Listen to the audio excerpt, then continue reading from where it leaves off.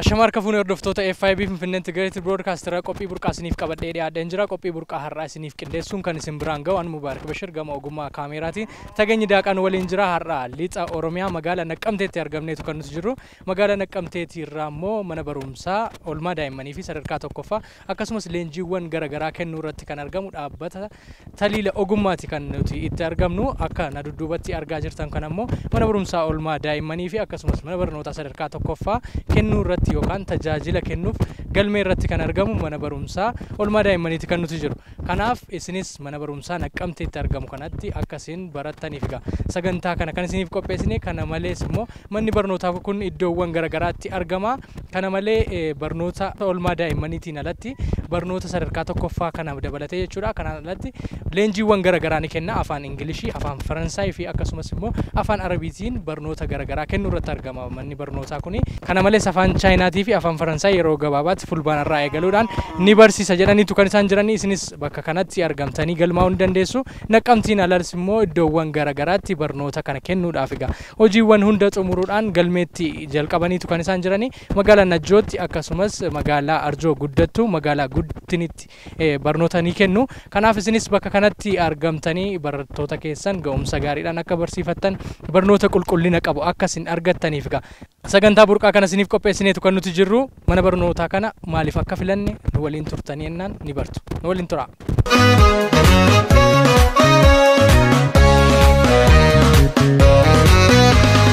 Dofummaa mancaasee lammiilee kan qabu barnoota beekumsa sammuutiin kan biyya ijaaru barnoota qaroomaan jiraachuuf barnoota madda beekumsaati barnoota barnoonni hundumaaf barnoota ibsaa jireenyaati barnoota. Lammiin barnoota qarame biyya ijaara barnoota cimaa.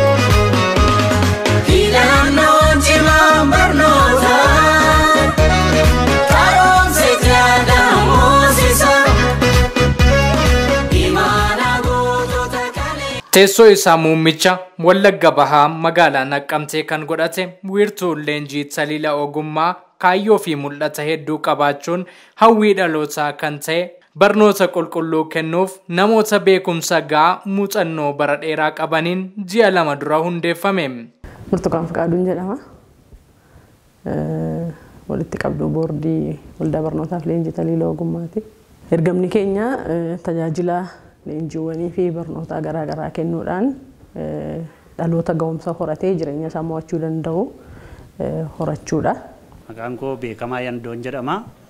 Ga'een hojii koo hundeessaa miseensa hundeessitoota waldaa kana keessatti waldaa barnootaa fi leenjii taliila ogummaa keessatti hooggansa koree boordii keessaa ittaanummaadhaan hojjedha jechuudha. Maqaa koorraa yoon ka'e Guutuu Indaashaw Dinqaan jedhama.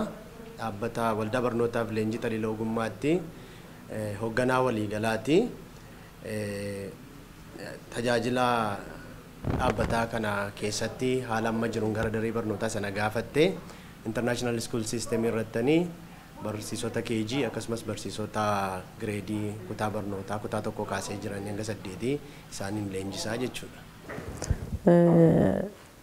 Waldaan keenya kun hundeeffamuunsaa umurii ji'oota muraasaati asidha kan inni qabu. Kana keessatti milkaa'ina garaagaraa arganneetu kan jirru.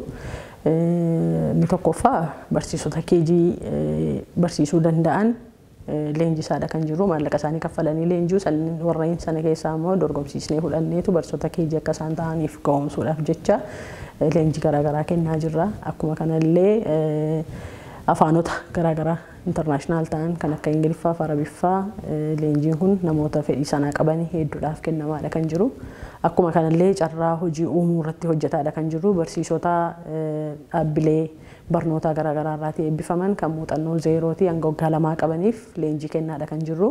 Jarreen kunis akkuma kana maallaqa isaaniitiin leenjii ga'umsaa fudhachaa jiru. Keessumaa akka dhaabbata keenyaatti immoo iskuul siistamiin keenya leenjaa jiru. Kanaaf jarreen kana keessaati deebisnee dorgomsiisnee jechuudha sabjektoota garaagaraa irratti gosa barnoota garaagaraa irratti leenjisnee sanaan booda dorgomsiisnee jarreen kanallee qacaruudhaaf qophiirra jirra. Kanaaf milkaa'ina guddaadha. Inni biraan manneen barnootaa kiraadhaan fudhannee warreen sana irratti hojiin beeksisaa hojjetamee galmeen illee eegalee jira. Akka magaalaa keenyaatti fakkeenyaaf naannoo Sheelii, naannoo Maahileet yookiin naannoo Bataskaana Madaaniyaalamiitti kaampaasii lama qabna jechuudha. Isaan sana irratti galmeen eegaleetu kan jiru. Kanaaf sosochii guddaa uumnee kan jiru ta'uu isaati. Waldaan keenya kan hundeeffame baranuma hundeeffamaa isaayyuu hin xumurre hundeeffamarra seeraan iyyama fudhatee kan inni hojiitti galee reefuu ji'a lama bitaa yaadii inni ittiin dhufe egaa kaayyoonsaa namootuma quuqama dhalootaa yookaan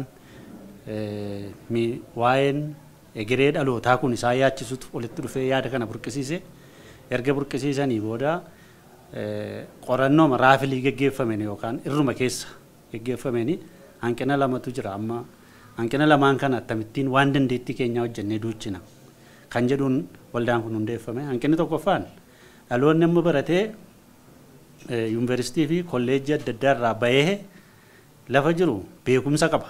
Beekumsa isaa kana garuu hojiitti hiikee jireenya ittiin mo'achuuf dorgommii keessa galuu fi baay'ee rakkata. Akkamittiin ogummaa jireenyaa ittiin mo'achuu danda'an karaa ittiin amma manni barnootaa kan inni barsiisu dhaqanii akka ittiin hojii hojjetan otoo hin ta'in beekumsuma barsiisa. Beekumsa sammuu keessa tuulamee jiru kana leenjiidhaan gabbifnee akkaataa itti dhaloonni gara hojiitti galuu kan jedhu waldaa barnootaaf leenjii taliila ogummaa kan jedhu dhaabne jechuudha. Gama inni lammaffaan dhalootumti barate jedhamu kun immoo of ibsuu hin danda'a waan barate kana beekaa kanaaf immoo hundeerraa hanqinatu jira waan ta'eef mana barnootaa sadarkaa tokkoffaa keejii kaafnee dhaabnee barnoota qulqullummaa qabu barnoota sadarkaa isaa eeggate dhaloota naannoof kennine egereessa waan dhaloonni ittiin jireenya isaa mo'atee addunyaas jijjiiree ofis jijjiiree ofumaa of jiraachisuuf beekumsa gahaa akka inni horatu gochuuf barumsa sadarkaa isaa eeggate kennuudhaaf iyyama fudhannee amma bara 2014 akka lakkoofsa biyya kanaatti jalqabuudhaaf galmee irra jirra. Waldaa aksiyoonaa jechuudha kan ijaarame. Waldaan keenya maqaan isaa waldaa barnootaaf taliila ogummaa itti gaafatamni isaa murtaa'eedha. Waajjirri muummee isaa magaalaa Naqamtee keessatti argama. Amma mana barnootaa iddoo hedduutti bannee jirra. Godina kana keessatti jechuudha. Magaalaa Naqamteetii qabna, Guttinii qabna, Najjoodhaa qabna. Akkasuma arjoo xiqqoo yookaan arjoo guddattuudha qabna jechuudha. Baakkoodhaas piroosesiirra jirra yookaan adeemsarra jirra. Kanarra jirra. Waliigalaan tajaajilli dhaabbanni keenya kennu iddoo lamatti ilaalla. Tokko barnoota keejiidha hanga kutaa 12ffaatti kennuudhaaf hundoofne, lammaffaan immoo leenjii gaggabaaboo garaagaraa kennuudhaafidha kan hundoofne. Haala kanaanii leenjii garaagaraa kennuu amma jalqabneerra jechuudha. Opereeshinii isa jalqabaa leenjii gaggabaabaa kan akka international language afaan manoota addunyaalessaa kan ta'anii ingiliffaa afaan arabaa jalqabneerra. Akka karooraatti immoo gara fuulduraatti qabamanii kan jiranii afaan chaayinaa afaan faransaay isaan kanneen gara fuulduraatti kan dhugoomsinu ta'a. Haala amma jiruun egaan kana malees barsiisota keejii garee lamaan qoonnee leenjisaa jirra. Barsiisota kutaa barnootaa tokko hanga 8 barsiisan gara barsiisota 200 oliitu addanatti leenji'aa jira jechuudha. Gama manneen barnootaatiin immoo manneen barnootaa Wallaggaa keessatti kan jalqabaa jirru wanta ta'eef akka godinaatti jechuudha. Bakka 5tti jalqabnee jirra. Magaalaa Naqamtee kana keessatti naannoo bakka Jaamaa jedhamuu fi naannoo Sheeliitti bannee jirra. Akkasumas lixa Wallaggaa magaalaa Najjoo, Baa Wallaggaa kana jala magaalaa Arjoo Guddattuu jedhamtu, magaalaa Angarguutee Guttin isaan kanatti banneerra. Kana malees dhiyoottis immoo magaalaalee lama manna barumsaa jiran gara keenyatti nu wajjin hojjechuudhaaf nu gaafataa jiran jiru. Isaaniinis dhiyootti kan xumurannu ta'a jechuudha. Gammachiis Beekumaa Toomsaan jedhama. Kaadhimamaa PhD'ti. waldaa barnootaaf leenjii taliila ogummaa keessatti ga'een hojii koo training directoriidha yookiin directora leenjiiti. Egaa waldaanii barnootaa fi leenjii taliila ogummaadha erga hundaa'e yeroo gabaabaadha ji'a 2-3 kan hin caalleedha. Ji'a 2-3 gidduutti garuu hojii baay'ee bareedaa hojjenne. Hojii bareedaa ni hojjenne keessaati karoorri keenya leenjii gaggabaabaa kennuu ture. Keessumaa afaan Ingilizii, afaan Arabaa, afaan Faransaayii irratti leenjisuudhaaf karoorfannee turre. Sagantaa gannaa kanaan jechuudha. Sagantaa karoorfanne kanaan afaan Faransaayii irraa kan hafe afaan Arabaatiif afaan Ingilizii leenjii gannaa akkaataa baay'ee hawwataa ta'eef ga'umsa qabuun kennaa jirra. Bara 2014 irraa eegaluun magaalaa Naqqamtee, magaalaa Najjoo, Arjoo Guddattuu fi Guttin keessatti barnoota KG irraa eegaluun barnoota sadarkaa tokkoffaa kennuuf haal duree hunda xumuruun barattoota galmeessuu irratti argama. Manni barnootaa taliila ogummaa. Naqqamtee alatti hojiin babal'isuu barnootaa kanaa itti fufnee jirra. Kunis Najjoo irratti qabna. Wallagga Lixaarraa jechuudha. Godinuma Wallagga Bahaa keessa immoo magaalaa Arjoo Guddattuu irratti akkuma kana immoo Hangar Guutee irratti bannee galmeen kan eegalee jiru ta'uu isaati.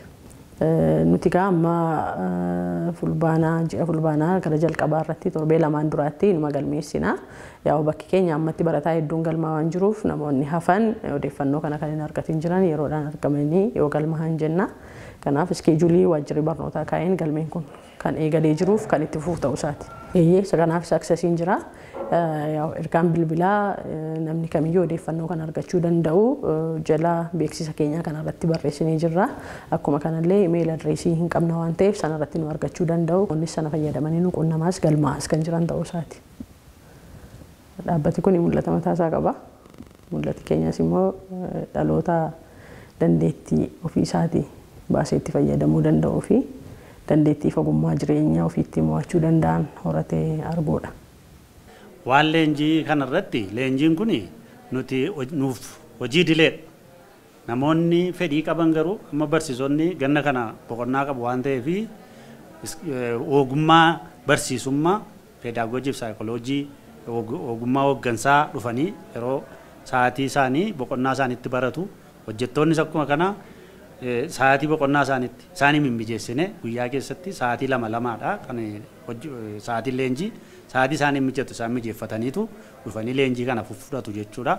Duratti waan jechuu barbaadu yeroo dhaabbata akkasii hundeessinu dhaabbatoonni wal fakkaatan hojii akkasii hojjetan jiraachuudha malu. Maal taddanu godhaa jennee kan kaane waan irratti xiyyeeffanne qabna.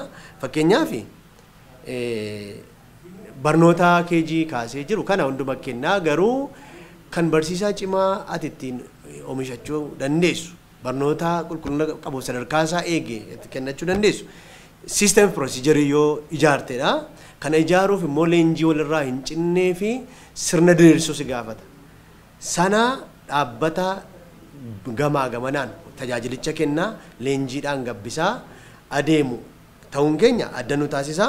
Kana malee immoo namni beekumsa barate sammuu keessatti qabu hojiitti ni kanne taanaan rakkoo waan isatti ta'uuf leenjiin gabaaboo nu ilaallu kun hojiitti kallattiidhaan akka namni galuuf agarsiistuu tarii warri leenji'an barsiisonni kaasuu danda'u. Akka gaariitti daree barnootaa keessatti bakka isaanii buunee diraamataayzeeshinii isaa daree keessatti isaan mudatu borii barsiisna akka isaanii taane rool pileeyiidhaanii jechuudha. Kanaaf amma isaan irraa fudhatanii waan wayyaa tarii yuunivarsiitiitti kolleejjiitti waan walii galaa yoo baratan ta'e nu biratti garuu daree barnootaatti qixa hojii isaaniitti waan isaan gargaaru waan fudhataniif kun adda nu godha. Kana malee naannoo manneen barnootaatti kalaqa barattootaatti irratti baay'ee xiyyeeffanna. Waan barataa keessatti argine dandeettii web page development yoo argine graphics design yoo argine meeshaalee elektirooniksii garaagaraa barataa oomishine yoo argine hamma galmaan geenyutti deemsifna jennee karoorfanneerra. Kan biraan paakeejii qabaa amala barattoota baroota kana keessa barataa mul'ata qabaachisuu kaastee amma inni mul'ata isaa galmaan gaatutti boca karaa baasuuf irratti hojii guddaa hojjechuu nama gaafata.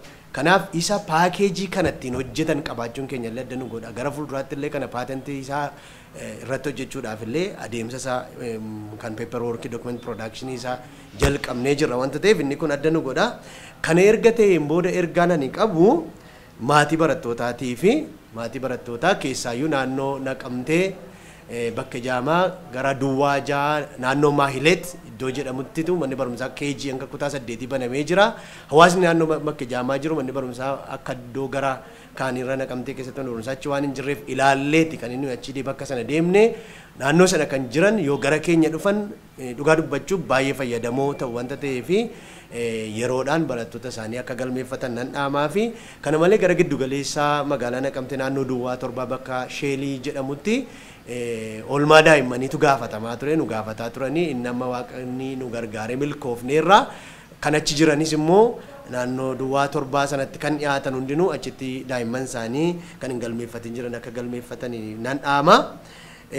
Kana malee magaalotan sila kaase magaalaa Najjoo magaalaa Guttin magaalaa Arjoo guddattuu kan jiran maatiin barattoota isaanii torban ittaanu kana keessa jechuunis haaluma mootummaan baasee jiruun hagayya 17 kana kaasee ji'a 12ffaa guyyaa 17ffaa kanarraa kaasee barataan galmaa waan danda'uuf akka galmeeffatanii fi nan dhaama. Leenjitoota akka nama sila jedhe kan daldalan kan sochii garaagaraa godhan afaan Arabaa haa ta'u afaan Chaayiniizii haa ta'u dhufanii akka afaan Ingiliffaa haa ta'u French haa ta'u gaafatanii yoo jedhan hojii kana hin hojjenna wanta ta'eef akka itti fayyadaman isaaniif dhaama. Kana duwwaas miti gaan manneen barnootaa isaanii sirna fooyya'aa qabsiifachuu kan barbaadan leenjii gabaabaa kanallee nu biraa argachuu danda'u. Manneen barnootaa miti kan biraa dhufanii tajaajila kana akka mana barumsaatti barsiisota isaanii fidatanii leenjifachuu danda'u isaaniinis anaa dhufu jennaa jechuudha. Sagantaa sadiin kennaa jirra ganamaa. Sagantaa waaree boodaa fi sagantaa galgalaa sa'aatii 11 haga sa'aatii 1tti jechuudha. Barattoonni hedduun fayyadamaa jiru. Egaa leenjii afaanii kana yeroo laannu faayidaan afaanii guddaa akka ta'e beekamaadha. Afaan Ingiliziif afaan Arabaa afaan hedduu dubbatamuudha. Keessumaa afaan Ingilizii afaan teekinooloojiiti, afaan diinagdeeti, afaan saayinsiiti. Namni dorgomaa ta'uudhaaf ardii Afrikaa qofatu hin ta'in ardii jira guutummaa deemee hojjechuudhaaf afaan kana danda'uun dirqamadha. Yeroo baay'ee garuu barattoonni keenya sadarkaa KGT kaasanii haga yuunivarsiitiitti baratanii afaan kana fayyadamuudhaaf yeroo rakkatan jira. Kana furuudhaaf jecha leenjiin dabalataa akka isaan barbaachisu keessumaa communication irratti ijoolleen akka afaan Ingilizii akka gaariitti dubbatan gochuudhaaf barbaachisaadha. Kanaaf jennee leenjii kana mijeessinee sadarkaa 1ffaa, sadarkaa 2ffaa, yuunivarsiitii, hojjettoota mootummaa, daldaltoonni akkaataa isaanii mijateetti leenji'aa jiru. Egaan kabajamtoota hordoftoota FIB Finfinnee Integrated Broadcasteraa burqaadha kan isin daawwachaa jirtanii. Burqaa keenya har'aatiin immoo magaalaa Naqqamtee mana barnootaa Taliila Ogummaatti kan nuti argamnu. Taliilli Ogummaa mana barnootaa isaa kan daa'immaniiti kan amma jirru immoo mana barnootaa daa'immanii kanatti maaltu argama laata? Ol seennee ilaaluuf deemna. Manni barnootaa kun immoo kan inni itti argamu ganda Duwwaa 7 Sheelii dugda duubatti argama. Barattoota keessan yookaan daa'imman keessan asitti fiddanii galmeessitanii barnoota gaarii akka isaan argatan gochuu dandeessu. Nu waliin tura. kabajamtoota hordoftoota FIB Finfinnee Integrated Broadcasteraa qophii burqaatti kan daawwachaa jirtanii amma immoo kan argamnu biiroo isaanii guddicha bakka isaan leenjiiwwan gaggabaaboo itti kennanidha. Leenjiiwwan gaggabaaboo akkasumas afaanota kan lafa isaan itti barsiisanitti argamnee jira. Asitti wantoota hedduu barsiisu akkasumas leenjii barsiisotaaf ni kennu. Bifa kamiin kennu, haala kamiin kennu, eenyutu kennaa barsiisonni leenjii kana kennan immoo ga'umsa hagamii qabu kan jedhu waliin ilaalla. Waliin tura. Nuti afaanota wal qabatee leenjiidhaan ammaaf kan kennaa jirru magaalaa Naqqamtee gamoo Yoosef Oljirraa darbee afaffaarratti kennaadha kan jirru. Ittaansinee garuu bakkoota garaa garaa irratti babal'isnee hojjechuudhaaf karoora kan qabnudha. Mana barumsaa akaadaamii wal qabatee KGdha amma sadarkaa lammaffaattiidha kan hojjennu. Kanaaf KG keessumaa nuyi amma dhaloota haaraa irratti kan hojjennuuf kan hojjechuudhaaf fedhii qabnu. Maaliif dhalooti hedduun akkuma amma argaa jirru hin barataa haayiskuulii ga'a kan milkaa'e jechuudha. Kan milkaa'een immoo chumattee hafa. Kan nuti milkaa'e dhaqee sadarkaa digrii irra ga'e illee beekumsi inni horate sun dandeettiin baasanii hojii ittiin hojjechuu waan hin jirreef koobilee hojjechuun sanallee dhabuudhaan hojii dhabdummaarraa kan ka'e namni rakkoo hammaataa keessa dhaloota keenya kan jiru waan ta'eef sanaaf namni bu'uura tolu waan qabuuf dhaqee jira kan eegaluu jalqabne garuu immoo maatiin barataa kutaa keejiitti hanga kutaa 8tti kanneen qaban barataa iddoo garaagaraatti erguu waan itti ulfaatuuf jecha amma sadarkaa lammaffaatti kan nuun kenninu isa kana immoo bakkeen deemaa jirru hundumaatti jechuudha. Oromiyaa hunda waliin geenya jennee abdii guddaadha kan qabnu kanaaf warreen amma bannee jiru irratti keejii amma kireediittidha kan nuun hojjennu jechuudha. Gama qulqullina barnootaatiin kan mootummaa imaammata mootummaa fudhannee dabalataan furuudhaaf hanqinaalee jiran hundumaa qorannee meeshaalee barnootaa maateriaalii mataa keenya istaandardii isaa eegee ofii keenyaan yookaan ogeeyyii mataa keenyaa qaxarree hojjechiisnee isaan itti deemnee qabatamaadhaan akka inni hojiitti qulqullinni isaa eegamee dhaloonni waan baratu beekee waan beekuun immoo hojjechuu danda'u gochuurra jirra jechaadha. Nuti akka magaalaa Naqamteetti hojjechuuf kan yaadne banaa hojii kanaatu jira. As gara keenya garuu wanni akkasii baay'ee hin baratamne banaan hojii kanaa jira namni ga'umsa qabu immoo akka gaariitti jira amma kan dhimma kanarratti hojjetu proogiraam daayirekteriin keenya kadhimamaa Dookteraa Gammachiis beekuma karaa gama Ingiliffaatiin akka gaariitti biyyattii keessatti iyyuu jira kan jedhamu wajjin dorgomaa ta'uu kan danda'u nama akkasii qabna namoota kan biroollee ni qabna namoota kanatu qabnu hawaasa fedha qabutu qabnu hojiin kun hojjetamuunsaa banaa waan arginee fi irratti hojjetaa jirra jechuudha amma kan biraas immoo afaan arabiffaa yoo fudhatte magaalaa kana keessa Naqamtee keessayyuu dargaggoonni gara biyya Tarkii Dubaay deemanii wanta garaagaraa suufii haa ta'u maala haa ta'u gurgurtaa garaagaraa fidanii daldaluutti jalqabaniiru garuu afaan arabaa akka gaariitti baratanii wanta hubatamaan iddootti kennamaa jiru hin jiru amma nuti namni nuti daddanaatti fakkeenyaaf afaan arabaa nu barsiisaa jiru nama Kaartuum Yuunivarsiitii irraa educationidhaan bachelor degree qabu qualifiedidha. So banaa jiru kanarratti yoo hojjenne ofii keenyas hawaasa keenyas akka gaariitti tajaajiluu dandeenya kan jedhu irraati kan kaane jechuudha. Barsiisota kana keessaati barsiisota mana barumsaa keenyatti barbaannu dhumarratti qormaata ga'umsaa ergi qorree booddee kan qaxarru ta'a. Egaa kanneen ga'umsaan nu biratti qaxaraman leenjiin kun gahaa miti. Manni barumsaa keenya mana barumsaa sadarkaa isaa eeggate akka biyyaatti akka addunyaatti dorgomaa kan ta'u barnoota ga'a barnoota lammii tokko qaree addunyaadhaaf qopheessuu danda'u dorgomaa addunyaa gochuu danda'u karaa hundumaan teknooloojiidhaan afaaniin aadaa isaaniitiin barsiisuudhaaf ijaa karoora qabannee jirruu fi barsiisonni kun ega hojiitti dhufanillee leenjiin dabalataa itti fufinsaan leenjiin hojiirraa on job trainingiin isaaniif ni kennama. Kanaaf amma leenjii kanadha kan kennaa jirru. Tarii fulbaanaa kaanee leenjiiwwan amma qabnu leenjiin afaan Ingilizii, afaan Arabaa, afaan Faransaay dabalataan illee afaan Chaayinaadha. Fulbaanaa kaanee sagantaa garaagaraatiin itti fufnaa ganama waaree boodaaf sagantaa galgalaa akkuma kana sagantaa xumura torbanii yookiin wiikendiidhaan ilaanna. Barsiisota keejillee leenjiin keenya yoo baay'inaan ta'uu baate inuma itti fufadne jedheedha kan inni abdadhu.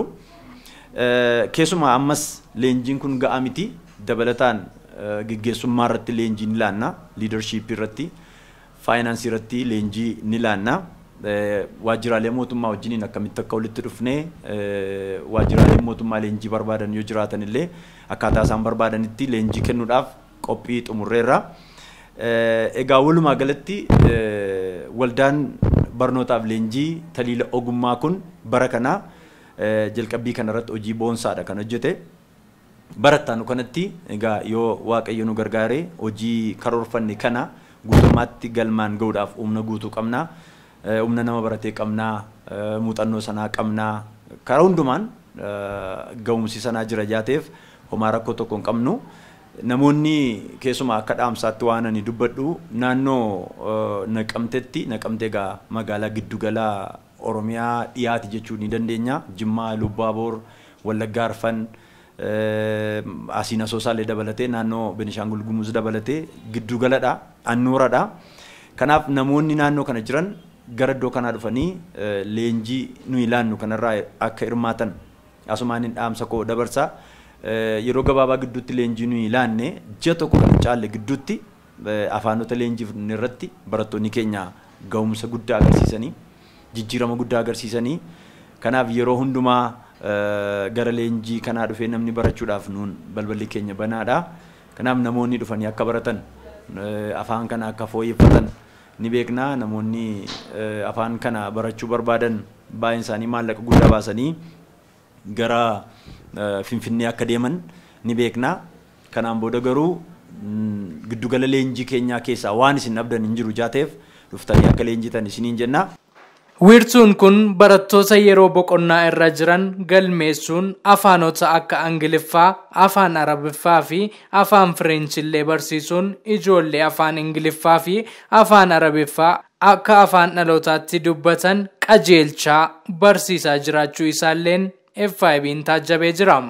مرحبا اسمي تميمة فقادو طالب الصف العاشرة وأنا سعيدة جدا للتعليم اللغة الإنجليزية والعربية في التدريب المتوسط تليلة أوغما. الآن تحسنت في اللغة الإنجليزية وكذلك أتمنى أتكلم اللغة العربية إن شاء الله. أوصي إخوة الطلاب والطالبات وغيرهم أن يأتوا إلى المدرسة تليلة أوغما ويستفيدوا منهم. شكرا على حسن المتابعة من مدرسة تليلة أوغما من مدينة نقمته. نعم اسمي كوثر طه. أنا طالب الصف الثامن وكذلك ندرس اللغة الإنجليزية في مدرسة تليلة أوغما تدريب المتوسطة ونحن ندرس اللغة الإنجليزية والعربية وأنا حقا درست وأحسنت كثيرا في اللغة الإنجليزية والعربية ومما جئت هذه المدرسة استفدت في التقوية والتحليل في اللغة الإنجليزية والعربية وأوصي الإخوة الطلاب والطالبات أن تأتوا تستفيدوا من هذه المدرسة. شكرا على متابعة من مدرسة تليلة أوغما في مدينة نقمته. Hey, my name is Stephen Abraham. I live in Nakamt. I am so happy to learn English and Arabic. I want to be doctor. Thank you. Bye bye. Love you. Hi, my name is Mborg and I'm grade 7 student. I live in Nakamt town. I am very happy to learn English and Arabic in Talilah Oghuma Language Training Center. Now I can speak English fluently. I hope I will speak Arabic in a very short time. I invite my friend and other people to learn in this center. Thanks so much. Hello, how are you? I'm fine. My name is Hayati Gutu. I'm grade 8 student. I live in Naqamti town. I'm very happy to learn English and Arabic at Talilah Oghuma Language Training Center. Now I can speak English fluently. I hope you will speak Arabic very short time. I invite my friends and other people to learn in this center. Thank you so much. Goodbye. Thank you for this opportunity. My name is Ebba Malkamu. I was born in Najjo. I live in Naqamt. I am English language learner at Talilah Oghuma Training Center. I have improved my English and Arabic in very short time. I am enjoyed the way we learn. In the future, I want to learn French and Chinese. It is a good chance to have access to this training in Naqamte. I thank you. Hello, my name is Gabani Fanta. I live in Naqamt. Really, I'm so excited to get training at Talilah Oghuma Training Center. You enjoy video support lesson, games, warm up, a lot of communications and tips. Please join us. See you in September. Bye-bye. Hi, my name is Metia Fork. I'm language student. I suggest students, government workers, businessmen and other people to join Talilah Oghuma Training Center. You will learn from highly qualified and experienced teachers. Believe me, you will not learn only language, but also you will gain lifelong skills. Thank you. Barattoonni kun dandeettii barnootaa idileen qabaniin cinatti dandeettii afaanii isaan qaban dabaluuf hojiin isaan hanga ammaatti hojjetan kun ragaa isaaniif ta'a.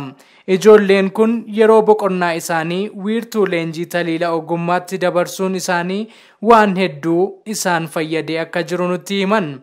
Carraa kana waan laattaniif galatooma. Ani maqaan koo Hayyitii Guutuun jedhama. Kanan dhaladhee guddadhe asuma magaalaa Naqamtee ganda Duwwaa 2 wiirtuu leenjii Talilah Ogummaa afaan Arabiffaa fi afaan Ingiliffaatiin baradha. Kanatti aansee waan ani dubbachuu barbaadu wiirtuu kana keessatti ji'a tokko leenji'ee afaan Arabaa fi afaan Ingiliffaa koo fooyyeffachuu dandeettan jira. Barsiisota beekumsa gahaa fi muuxannoo gahaa qaban irraa barachuun koo milkaa'ina koo bu'uuradha. Wantoota mana barumsaa idileetti barachuu hin dandeenye hedduu baradheetan illee jira. Hundumtuu carraa kanatti fayyadamee akka leenji'uu fi kun afeerraa kooti dhaamsa kootis. barumsa sitti kennamu baay'ee gaariidha jechuun ni danda'ama. Sababiin isaas dhaabbanni akka kanaatti banatee barsiisaa jiru hin jiru sababa ta'eef dhaabbanni kun baay'ee gaariidha. Barnoota afaan Ingilizii fi afaan Arabaatu kennama. Barnooti isaanii haalaan qulqullaadha, kan namatti toludha. Jijjiirama gaariitu jira yoo dhufamee baratame. Wiirtuun kun leenjii afaanotaa kana illeen namoota fedhii qabanii fi afaan barachuu barbaadan illeen galmeessuun fulbaana irraa jalqabee haala gaariin barsiisuuf qophii irra jira. Wiirtuun leenjii taliila ogummaa kun barattoota oolmaa daa'immanii barattoota afaanotaa qofa osoo hin taane qulqullina barnootaa eeguuf haala baruu fi barsiisuu irratti haala qabiinsa barataa bifa kamiin beekumsa gaarii barsiisaan qabu barataa biraan ga'uu qaba. Maaltu barsiisaa irraa eegama? Barataan fedhii guutuun daree barnootaa keessatti yoo maal barsiisaan godhe taa'ee isa hordofa leenjii jedhu barsiisotaaf kennuun barsiisota manneen barnootaa illeen leenjii kennuufii irratti argama.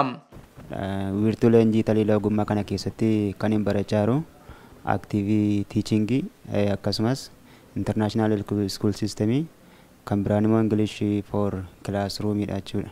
Leenjiin asitti kennamu kun baay'ee barbaachisaadha. Maaliif dubbachuu qofti barsiisuu miti, dhaggeeffachuu qoftis immoo barachuu miti jechuudha. Maqaan koo Abtaamu Tasgarataa Addaseen jedhama. Kan inni eebbifamee dhufe afaan Ingiliffaati. Asitti kan inni barachaa jiru taliila ogummaa kanarratti leenjii gabaabaa kan ji'a tokkoof barbaachisu haala baruu barsiisuu kenniinsa barattotaaf barnoota kennu irratti leenjii nu kennaa jiru jechuudha. Leenjiin ani fudhachaa jiru leenjii haala karoora baasuu yookiin immoo internationally lesson isa jedhamu yookiin immoo karoora baasuudha. Karoorri kunis haala kamiinan barataa giddu galeeffadhee wanti barsiisu haala kamiin barataa giddu galeeffata dhugaa immoo qabatamaadha wantichi kan jedhu kan naaf ibsudha yookiin immoo leenjii akkasiiti kan fudhachaa jiru jechuudha. Kan barachaa jiru leenjiin kun leenjii barsiisummaadha. Kan inni irratti leenji'aa jiru gosoota sadii leenjii barsiisummaa wajjin wal qabatu international school system kan jedhamu tokko akkasumas immoo active teaching fi English Ingiliffa jechuudha kan barachaa jiru ammaaf. Inni kun immoo kanan kolleejiitti leenji'ee bahee wajjin kan wal qabatu ta'ee irra caalaatti bu'aa guddaa argamsiisaa kan jirudha jechuudha. Wiirtuun leenjii kun kutaalee Oromiyaa hunda keessatti dameelee isaa hunda babal'isuuf hojjechaa jira. Kaayyoon isaanii guddina barnootaa qulqullina gaarii qabuu fi dhaloota waan barate beeku barsiisaa amala gaariin beekumsa isaa barataaf qoodu ijaaruu irratti hojjechaa jiru. Abbootii aksiyoonaa ta'uu kan fedhan kan hojiin keenya isaan amansiisee hojii qulqullina dhalootaaf hojjetamu kana irratti hirmaachuu kan barbaadan yoo jiraatan ammallee isaaniin affeerra. Akkuma kana immoo qaamoleen hawaasaaf mootummaa deeggarsa barbaachisaa ta'e akka nu godhaniif akka nu bira dhaabbatan hojii qulqullina dhalootaatiif hojjetamu kana irratti deeggarsa akka nuuf godhan waamicha keenya dabarsina jechuudha. Kana qofallee miti leenjiin kan biraan nuyi karoorfannee barsiisota KG barumsaa idilee duraa jechuudha leenjisuudhaaf karoorfannee jirra.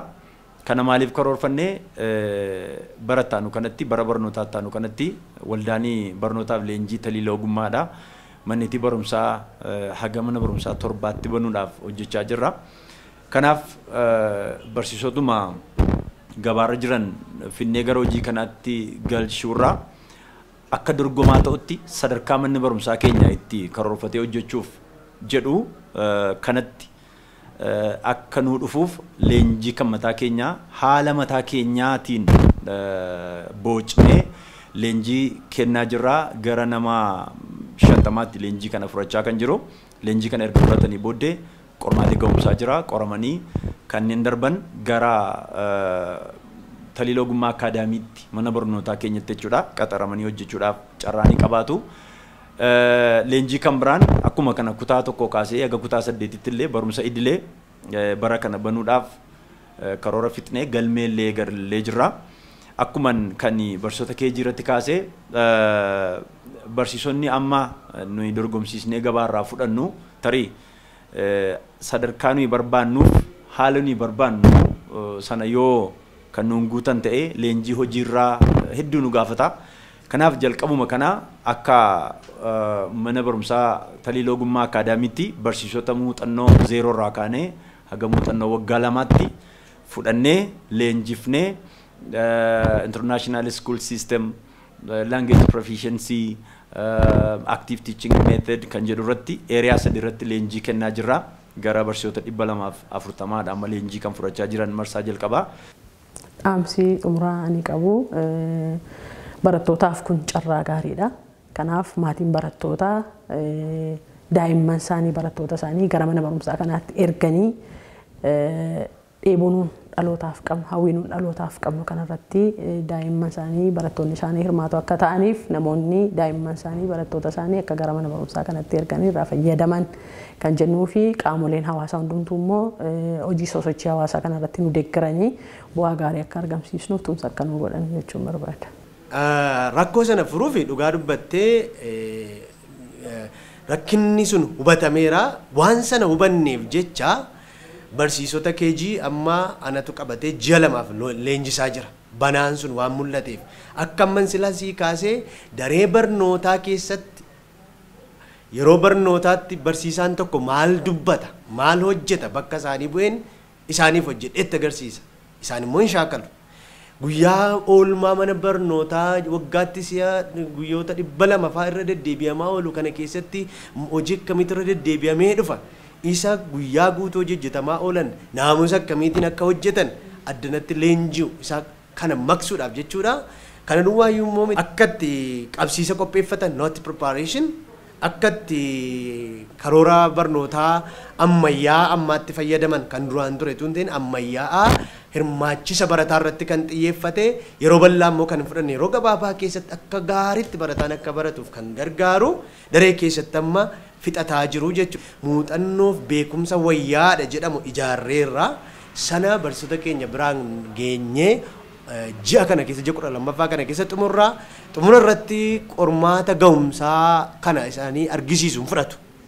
Erga qormaata kana fudhatanii kan ga'umsa argisiisan practically yookiin hojiidhaan daree keessatti barsiisanii qormaata beekumsaa fudhatanii kan darban gara dhaabbata keenyaa dhufanii dhaabbata keenyatti qacaramanii manneen barnootaa keenya irra deemanii hojjetu.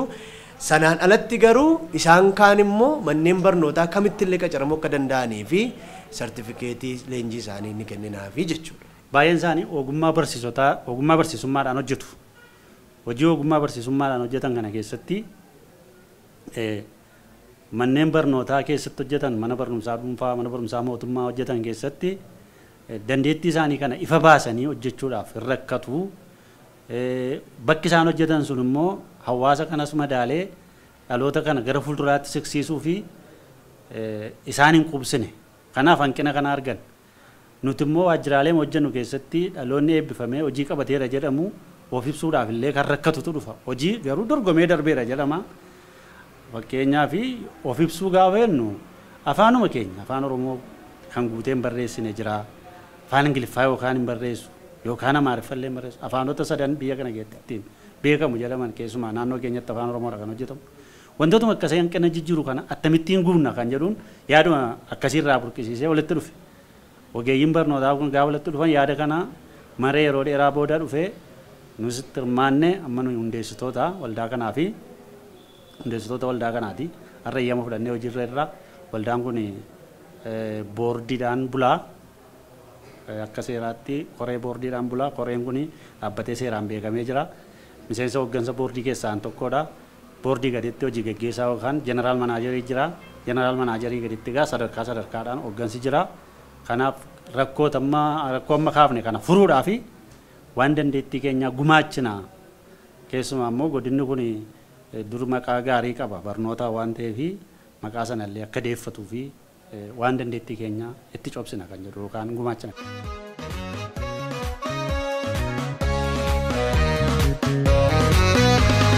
Doofummaa mancaasee lammiilee kan qabu barnoota beekumsa sammuutiin kan biyya ijaaru barnoota qaroomaan jiraachuuf barnoota madda beekumsaati barnoota barnoonni hundumaa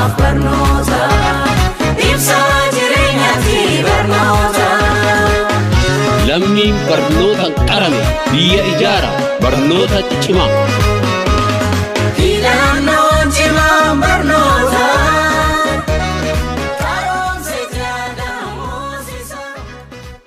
Tajaajilli leenjii asii waajjira muummichaa keenya sana Naqamtee jirutti naannoo ganda duwwaa 3 keessa gamoo Yoosef Oljirraa darbii arfaffaa akkasitti beekama magaalaa Naqamtee keessatti Yoosef Farniicherii iddoo jedhamu achirratti qofadha kan laataa jirru. Gara fuulduraatti leenjiiwwan kanas magaalaalee akka magaalaa Naqamteetiin gitan isa achittis ceesisaa deemuudhaaf akeeka qabna. Garuu ammaaf inni leenjiin magaalaa kanattidha. Garuu inni manneen barnootaa banaa jirru bakka manneen barnootaa kanaan dura barsiisaa turan garuu immoo haala garaagaraatiin danqamanii dadhabaa jiran dhaqnee wajjin dubbanne yookiin isaan dhufanii wajjin dubbatanii harkaa fudhannee hojjetaa deemaa jirra jechuudha. Amma egaa humna qabnuun Naqamtee marraa kaanee naannoo Naqamtee yoo baay'ate godina Wallagga lixaa inni dhiyaata Naqamteetti wanta ta'eef akkasumas Horroo Guduruu Wallaggaa turee garuu gara Finfinneetti achi ol magaalaalee jiran hidhata hojii qabna gara iddoo garaagaraatti haalota mijeeffata haala deemneen waggoota ittaanan gidduutti garuma giddu galeessaattis dhufnee hojjechuudhaaf akeeka qabnaa jechuudha. Ammaaf kana yoon jechuu baadhee waggaa ittaanu keessa sammuu hojjennutti daballee bal'isuudhaaf jala jalaan hojjetaa deemuudhaaf akeeka qabna. We are going to learn what type of English we use in the classroom.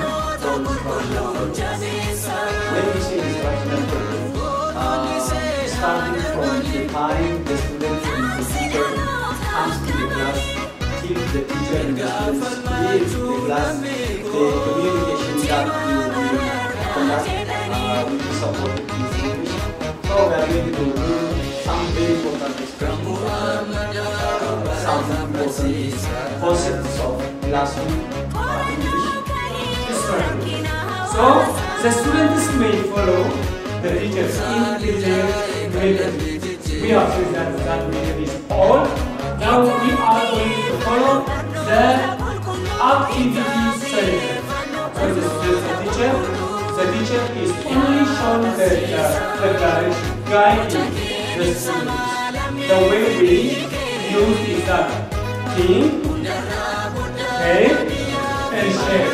So that the students will think for a minute independently, and then making pay, discussing with them, and then sharing for what? For the large group. So in that method, the student will be changed. And then the lecture method is also going to be improved. Egaan kabajamtoota hordoftoota FIB Finfinnee Integrated Broadcast irraa qophii burqaati kan isin biraan gahaa turre. Qophii burqaa keenya har'aatiin immoo wiirtuu leenjii tajaajila ogummaa magaalaa Naqamteetti kan argamuudhaan egaa barnoota isaan kennan keessattiyyuu barnoota gannaa isaan barattoota isaaniitiif kennaa jiran akkasumas barsiisotaaf kennaa jiranidha kan isin biraan gahaa turre. Kaayyoo hundeeffama isaatii wantoota hedduudha kan isin biraan geenyaan gammaatti akkasumas KG warreen barsiifachuu barbaadan barattoota keessan jechuudha kan magaalaa Naqamteetti argaman akkasumas kan magaalaa Najjoo kan magaalaa Arjoo Guddattuutii fi Guttinitti argaman daa'imman keessan mana barumsaa isaaniitti erguudhaan barnoota gaarii akka irraa horattan isiniin jenna. Kana leenjiin asitti kennamu namoota hojjettoota mootummaa ta'aniif illee leenjii bulchiinsaa ni kennina jedhanii jiru. Akkasumas afaanotaan wal qabatee afaan Arabiffaa, afaan Ingiliffaa akkasumas afaan Chaayinaallee yeroo dhiyootti yoo fedhiin namoota barachuu qaban jiraate akka afaan Chaayinaallee jalqabuuf jiranidha kan isaan kaasanii. Namootni barachaa jiran immoo akka isaanitti namatti tolan afaan Ingiliffaa akka isaanitti haasa'an argitanii jirtu. Kanaaf qophiin burqaa keenya har'aa asirratti xumuramee jira. Qophii kana qindeessuun kan isin waliin ture An Mubaarak Bashir. Gama ogummaa kaameraatiin Tagany Daaqaan waliin ture. Torban qophii biraan hanga walitti deebinutti nagaatti.